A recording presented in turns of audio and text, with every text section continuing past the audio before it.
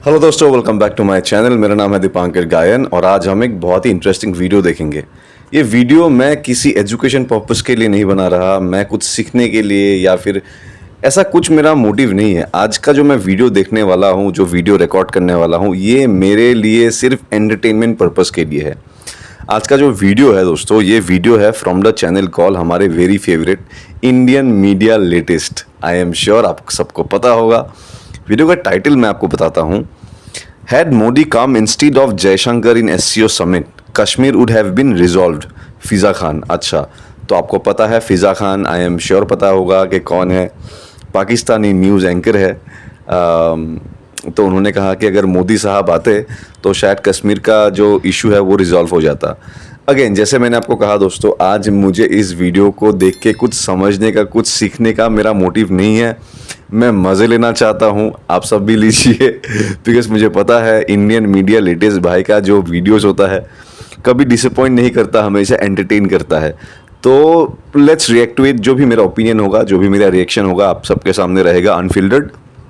Anyway guys, let's react to it.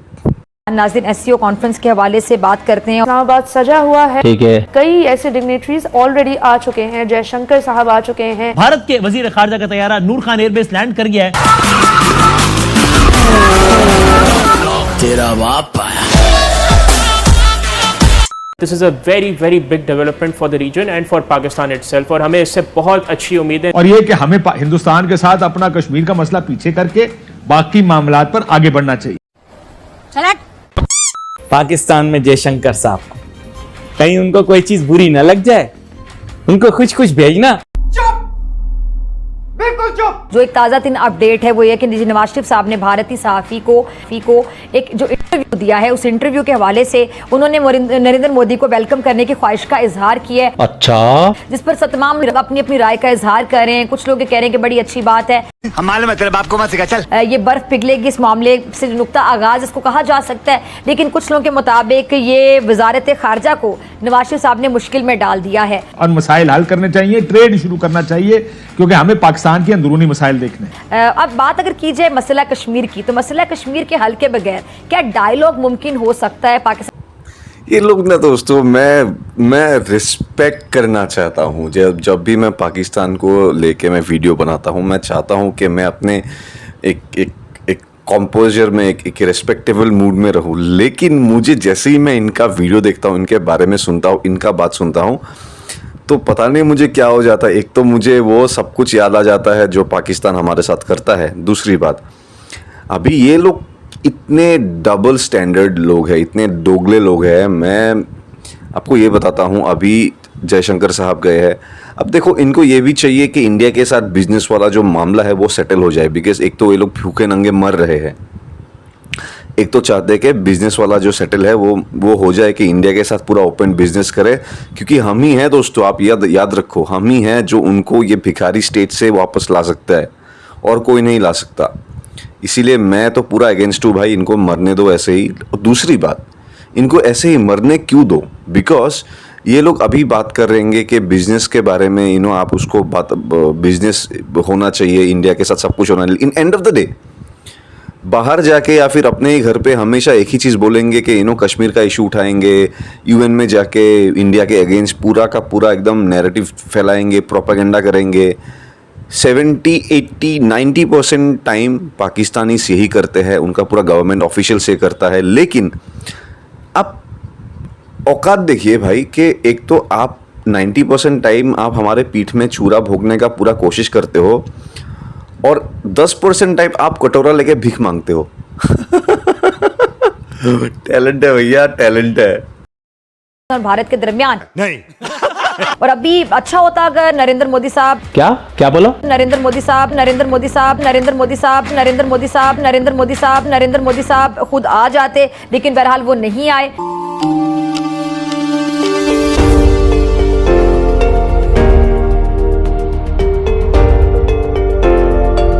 आप तारीखी तौर पर देखें, वाजपेयी पाकिस्तान आए बस में, पिछले कुछ अरसे में जब ये सारा कुछ हुआ 370, ये जो बिलावल साहब की तकरीर है या उन्होंने जो कहा कि छोड़ें इसको, ये इन्होंने खुद क्या किया है? नवाज शरीफ को मोदी का यार और गद्दार के नारे किसने लगाए पाकिस्तान में? बिलावल भुट्टो साहब ने लगवाए अपने जलसों में। आपको याद होगा इमरान खान वजीर आजम था, 370 हिंदुस्तान ने रिवोक किया, अपनी उस पर रिवोक किया, अपनी जो डोमेस्टिक कंजम्पशन उसका फैसला था एक उन्होंने कर दिया। ये कितने अरसे पाकिस्तान में ये चलता रहा कि कश्मीर का सौदा कराएं। कल नवाज शरीफ साहब बरखा दत्त को बुलाते हैं, उनसे बात करते हैं, जिक्र तक नहीं करते 370 का या और किसी को कानून साजी, जो सारे कानून साजी बदली है। 2 दिन की तो मीटिंग है, तो मैं कल नहीं जाएंगे, उससे नेक्स्ट डे शायद जाए, या हो सकता है रात को ही निकल जाए, कोई पता नहीं। तो उनके साथ डॉक्टर जाकिर नाइक, जी हाँ, वो जाकिर नाइक साहब वो जो पाकिस्तान पहुंचे हुए हैं और न जाने क्या आयमाइशाएं कर रहे हैं, उनको जी उनकी आयमाइशाएं मजीद ना सुनी जाए और डॉक्टर जयशंकर के हवाले कर दिया जाए और कहा जी इनको ले जाइए, ठीक है, इनको ले जाइए और इसके बाद आपने इनकी जो कुटर लगानी है वो लगाइए, हमारी तरफ से ये आपके लिए न्यू ईयर गिफ्ट है। तो पाकिस्तान का जो मीडिया है उसका तो मुझे पता कितने पानी में है कि उन्हें तो कोई सवाल नहीं करने, और यही तरले पाने ने सर की दूत अलका ठीक होंगे, कब होंगे, क्या होंगे, सर बताए ना, सर पाकिस्तान के साथ ताल्लुकात कब बेहतर होंगे। इन बेचारों का तो बेचारे शरीफ लोग हैं, हमारे दोस्त ही हैं सारे, बंदा की आखे ना, मतलब इंटरनेशनल सिग्निफिकेंस का क्वेश्चन जो है वो उठाने की जरूरत होगी, वो नहीं उठाएंगे। उसकी वो इसलिए नहीं उठाएंगे कि उनको पता है इस चीज का कि हमें ये उठाना बनता नहीं है। लेकिन फिर एक और सवाल जन्म लेता है कि अगर इस ख्वाहिश के बाद, इस इंटरव्यू के बाद जो कि बरखा दत्त को दिया नवाज शरीफ साहब ने, तो उसके बाद अगर नरेंद्र मोदी साहब इस ख्वाहिश का इजहार करते हैं कि वो नवाज शरीफ साहब से मुलाकात करना चाहते हैं, तो क्या फिर उस मुलाकात के बाद कोई बर्फ पिघलती दिखाई देती है, खासतौर पे मसला कश्मीर? मसला ये कि यहाँ पर अपने सियासी मुखालिफ को गाली निकालने के लिए हिंदुस्तान का इशू, क्योंकि यहाँ पर वो प्रो इजराइली एजेंट, हिंदुस्तानी एजेंट, अमरीकी एजेंट जरा कम हो गया, क्योंकि अब एक क्रेडिट की बात है कि मैं अमरीकी एजेंट हूँ। बाकी एजेंट का नारा लगाना तो किसी एक सियासी क्रेडिट की बात है ना, सारों को पहले बैठना चाहिए। देखें पॉलिसीज बनती कैसे, जिसको खारजा पॉलिसी आप कहते हैं, आपका एक ऑब्जेक्टिव, एक एम होता है कि ये हमारा एम है, हमने लेट्स से ट्रेड करनी और हिंदुस्तान के साथ अपनी ट्रेड 20 या 30 या 40 अरब डॉलर पे लेकर जानी। लेट्स अस्यूम आपका ये एक गोल आप सेट करें, देखिए उसके मुताबिक आप पॉलिसीज बनाएंगे ना अपनी। ये तो नहीं हो सकता कि एक तरफ आप लड़ भी रहे हो, एक दूसरे को गालियां भी निकाल रहे हो, फिर कहें कि हमारी ट्रेड भी आपस में होगी। वो ये कह रहे हैं कि वजीर आजम शहबाज शरीफ से मिलने के लिए कई कंट्रीज के प्राइम मिनिस्टर्स ने अपनी रिक्वेस्ट डाल दी, अर्जी जो है वो दाखिल कर दी। पॉइंट 80 मिलना है शहबाज शरीफ साहब के नाल, बहुत जरूरी है, इसके बगैर तो है हमारा खाना भी नहीं हजम होगा और हम तरक्की कैसे करेंगे, ये तो हम खुद ही कह रहे हैं। वैसे वो ये कह रहे हैं इसका एक ही रीजन होगा दोस्तों कि शहबाज शरीफ से इतने बड़े बड़े लोग क्यों नहीं मिलना चाहते हैं, बिकॉज दूसरा कोई रीजन हो नहीं सकता। एक्चुअली 2 रीजन है, एक तो है बिकॉज एससीओ समिट है, आया है तो मिलना पड़ेगा, दूसरा जो लीडर्स लोग मिलना चाहते हैं उसका एक ही रीजन है, जिन कंट्री से शहबाज शरीफ ने जाके पर्सनली भीख मांगा होगा तो उन लोग मिलना चाहते हैं, बोलना चाहते हैं कि भाई तुझे भीख तो दे दिया लेकिन तू वापस तो कभी नहीं करने वाला, तो कुछ तो दे दे भाई। लेकिन इंडिया की तरफ से कोई दरखास्त नहीं दी गई प्राइम मिनिस्टर शहबाज शरीफ से मुलाकात के लिए, ये कहा है इसहाक डार साहब ने। हम उनकी बात आपको बता रहे हैं। उन्होंने कहा कि भारतीय वजीर खारजा यानी कि foreign minister, external affair minister doctor Jaishankar की तरफ से प्राइम मिनिस्टर शहबाज शरीफ से मीटिंग की या बायलैटरल टॉक्स की, बायलैटरल मीटिंग की कोई दरखास्त नहीं दी गई, कोई रिक्वेस्ट नहीं डाली गई, नहीं कहा गया। उन्होंने तमाम पाकिस्तानियों की एक ही राय मसला कश्मीर पर कि मसला कश्मीर के हल के बगैर डायलॉग मुमकिन नहीं है, ऑलमोस्ट इम्पॉसिबल ही है। आपको याद होगा नॉन डिस्क्रिमिनेटरी रजीम, ये MFN स्टेटस नहीं देना था हमने हिंदुस्तान को। मियां साहब की दौरे हुकूमत था, मियां साहब कहीं मियां वाली गए हुए थे कोई इफ्तिताह करने, कैबिनेट मीटिंग बुलाई गई थी उस दिन और वो कैबिनेट मीटिंग कॉल ऑफ कर दी गई थी। वो non discriminatory, I forget the name जो उसको दिया गया था, उन्होंने कहा जी MFN स्टेटस तो बड़ा बदनाम हो जाएगा क्योंकि ये लफ्ज इस किस्म का है, तो इसको ये नॉन डिस्क्रिमिनेटरी समथिंग मेजर्स कर लेते हैं। तो वो कैबिनेट मीटिंग कॉल ऑफ करनी पड़ी थी क्योंकि उसके लिए अप्रूवल नहीं आया था। सो मसला ये सारे पहले बैठ जाए इकट्ठे, ये बैठकर फैसला कर लें हिंदुस्तान के साथ चलना कैसे है और जिस तरह चलना है उसमें अपोजिशन को भी शामिल करें, ताकि कल कोई ये गद्दारी के नारे ना लगा रहा हो कि ये हिंदुओं का यार है, ये इंडिया का यार है और ये मोदी का यार है, ताकि इस तरह के नारे भी ना लगें। और जो पाकिस्तान की सूरत हाल बदली है ना, 2001 से पहले का पाकिस्तान और उसके हालात और बात, एक तो 2001 हुआ जिसकी वजह से वो टेररिज्म एक सर्टेन इशू बन गया। सही है। दूसरा देखें, दुनिया इकोनॉमिक्स की दुनिया बन गई, ये मईशत के साथ चलती है। आप ये हिंदुस्तान ने 370 जब रिवोक किया, पहली मुबारकबाद दुबई की तरफ से, जो एम्बेसडर हैं दुबई के, यूएई के, यूएई के, उनकी तरफ से आई। 3 दिन बाद अरामको सऊदी अरब ने $20 बिलियन की इन्वेस्टमेंट कर दी। सो मुसलमान brotherhood, Muslims are brothers, no, it's an economic. Again वो घूम फिर के बाद वाली भी आ गई ना कि भाई आप मुआशी तौर पे तगड़े हैं तो फिर आप बहुत सारे लग्जरी अफोर्ड कर सकते हैं। कार दाने बदामी साहब को साडी जुबान विच कहंदे आ, जिदे कार दाने उदे कमले भी सियाने। कार दाने पूरे कर लो, ताड़ा काम हो जाएगा। कर दे दाने पूरे करने की। अगर उसके बाद भी डॉक्टर जयशंकर नाराज से लगे, आपको लगे कि भाई ये एक गिफ्ट से क्या होगा, 2 गिफ्ट तो होने चाहिए ना, तो फिर हाफिज सईद भी दे दीजिए। हमने क्या करना है, अचार डालना है हाफिज सईद का। इतने दिन से हमने जो काम लेना तो हम ले चुके हैं, वैसे भी वो किसी काम का नहीं, तो टिकट बचेगा। और जो इंडियन एयरफोर्स के प्लेन में आए हैं डॉक्टर जयशंकर, वो उसी में उनको ले जाएंगे। अगर साथ नहीं बिठाना चाहते तो लगेज में डाल दिएगा, उसमें क्या है भाई। डॉक्टर जाकिर नाइक को वैसे भी वो कहते हैं ना कि उनको आदत ही होगी इस तरह से बैठने की, तो वो लगेज में चले जाएंगे, और वो भी, और साथ में हाफिज सईद को भी हम दे देंगे। और अगर आपको मसूद अजहर चाहिए तो फिर सोचा जाएगा, फिर तो डील होगी भाई। अगर आपको मसूद अजहर भी चाहिए तो फिर इंडिया को, हमें जो है कम से कम भी, आपके पास 4 ट्रिलियन हो गए ना, ऐसा करें उसमें से 1 ट्रिलियन हमें दे दें, हम 1 ट्रिलियन में भी गुजारा कर लेंगे। आप लोग तो फिर और कमा लेंगे ना। हमारे तो आपको पता है हम तो मदद कर रहे हैं उनकी गवर्नमेंट चलाने में, तो बस वो ये लोग काम वाम करके जो है वो फिर कमा लेंगे 1 ट्रिलियन। ऐसी कौन सी बड़ी बात है, 1 ट्रिलियन क्या होता है, कुछ भी नहीं होता है, हाथ का मैल है। यूं करे तो 1 ट्रिलियन निकल आते हैं। तो आप लोग जो है ना वो 1 ट्रिलियन हमें दे दिएगा, और हम आपके साथ मसूद अजहर को भी रवाना कर देंगे।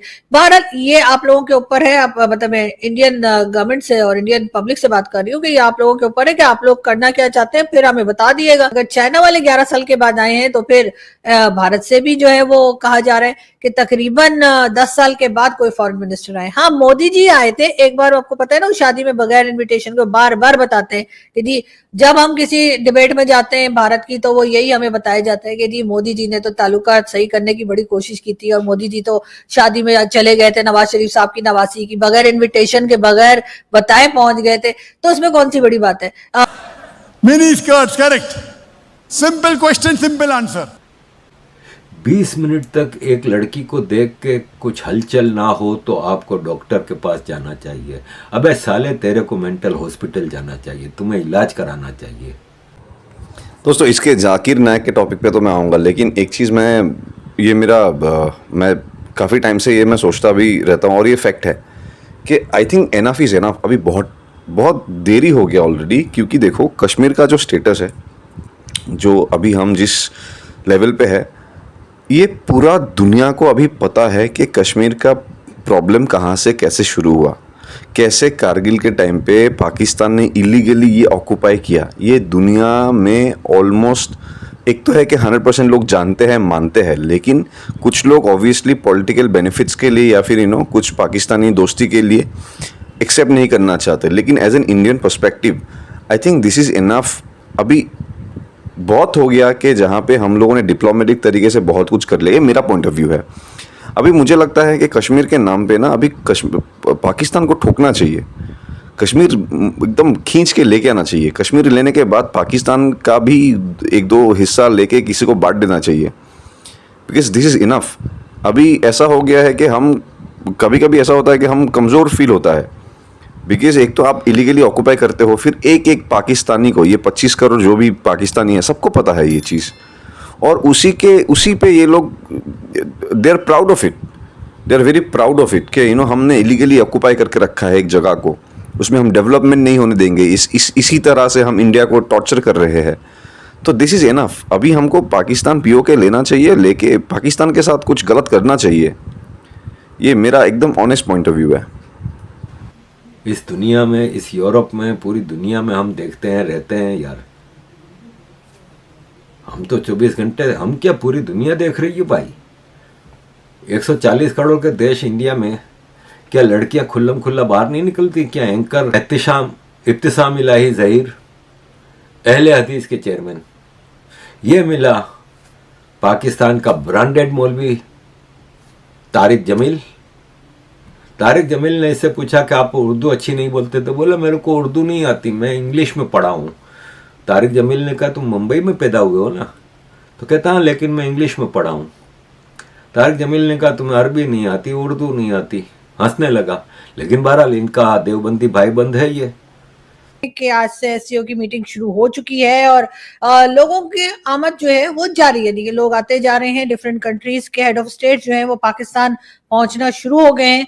और जी जिनका सबसे ज्यादा इंतजार था पाकिस्तानियों को, वो भी आज आ चुके हैं। यानी कि मैं सही आपको बता रही हूँ और आप लोग बिल्कुल ठीक समझ रहे हैं। डॉक्टर जयशंकर, जी हाँ, भारत के फॉरेन मिनिस्टर डॉक्टर जयशंकर जो हैं वो पाकिस्तान आ चुके हैं, इस्लामाबाद पहुंच गए हैं। और जी नूर खान एयरबेस पे उन्होंने लैंडिंग की है। ये हमने कोविड के जमाने में नहीं किया था, जो हमने अब कर रखा है। और ना सिर्फ ये कि तमाम school, college, university, shops, offices बंद हैं, बल्कि हर तरफ से रोड्स भी बंद हैं।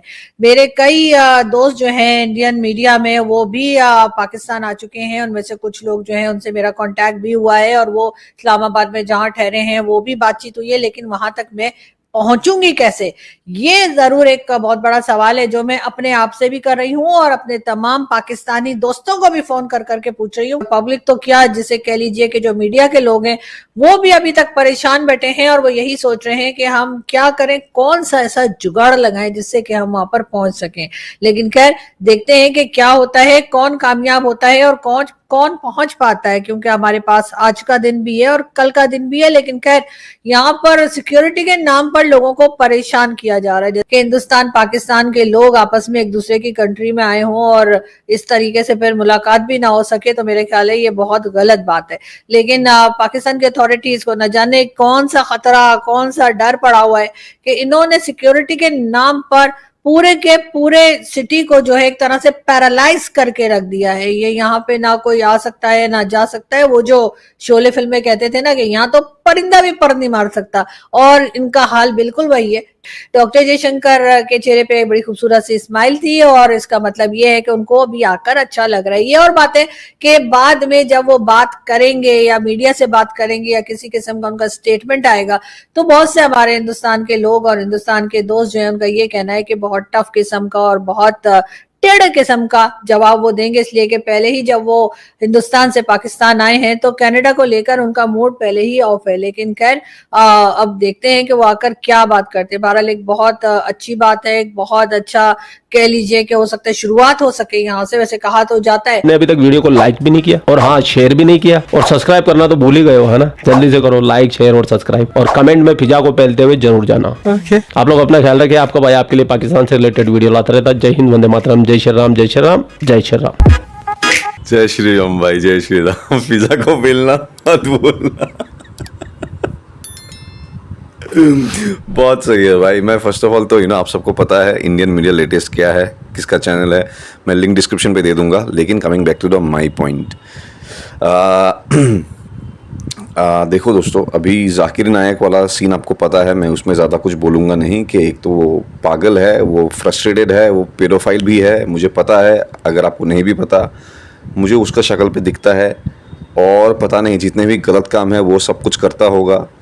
और लेकिन पॉइंट बिंग के जो जयशंकर वाला सीन है, जो हमारे very own mister S Jaishankar, उन्होंने तो बहुत क्लियरली ये बता दिया है कि ये एक बिजनेस ट्रिप जैसा ही वो लेंगे, यहाँ पे कुछ पर्सनल कुछ भी नहीं रखेंगे। तो एससीओ समिट के लिए जाएंगे, अपना काम करेंगे, अपना पॉइंट ऑफ व्यू देंगे और वापस चले आएंगे। तो मुझे लगता है कि उसके अलावा कुछ ज़्यादा होगा नहीं, बिकॉज इसके अलावा ज़्यादा कुछ होगा तो ज़्यादा इम्पोर्टेंस देना हो जाएगा। और मुझे पता नहीं क्यों दोस्तों ऐसा लग रहा है कि इसमें इस बार हमारे तरफ से एटलीस्ट कश्मीर का इशू या फिर अगेंस्ट पाकिस्तान से कुछ, अगेंस्ट पाकिस्तानी कुछ issue, I don't think so हमारे इंडियन टीम से कुछ वहाँ पे मेंशन किया जाएगा। बहुत स्ट्रेट फॉरवर्ड मुझे लग रहा है कि होगा, पता नहीं, अभी तो अपडेट्स मिलना शुरू हो जाएगा। एनीवे गाइस, आई होप आप लोगों को ये वीडियो अच्छा लगा होगा। अगर अच्छा लगा अगर अच्छा लगा तो मेक श्योर कीजिए कि मेरे इस चैनल को आप सब्सक्राइब कर दीजिए, मुझे थोड़ा सपोर्ट दिखाइए, इस वीडियो को लाइक कर दीजिए और हम मिलेंगे एक नई वीडियो के साथ, नए रिएक्शन के साथ। तब तक आप लोग मस्ती से रहिए। जय हिंद, जय भारत।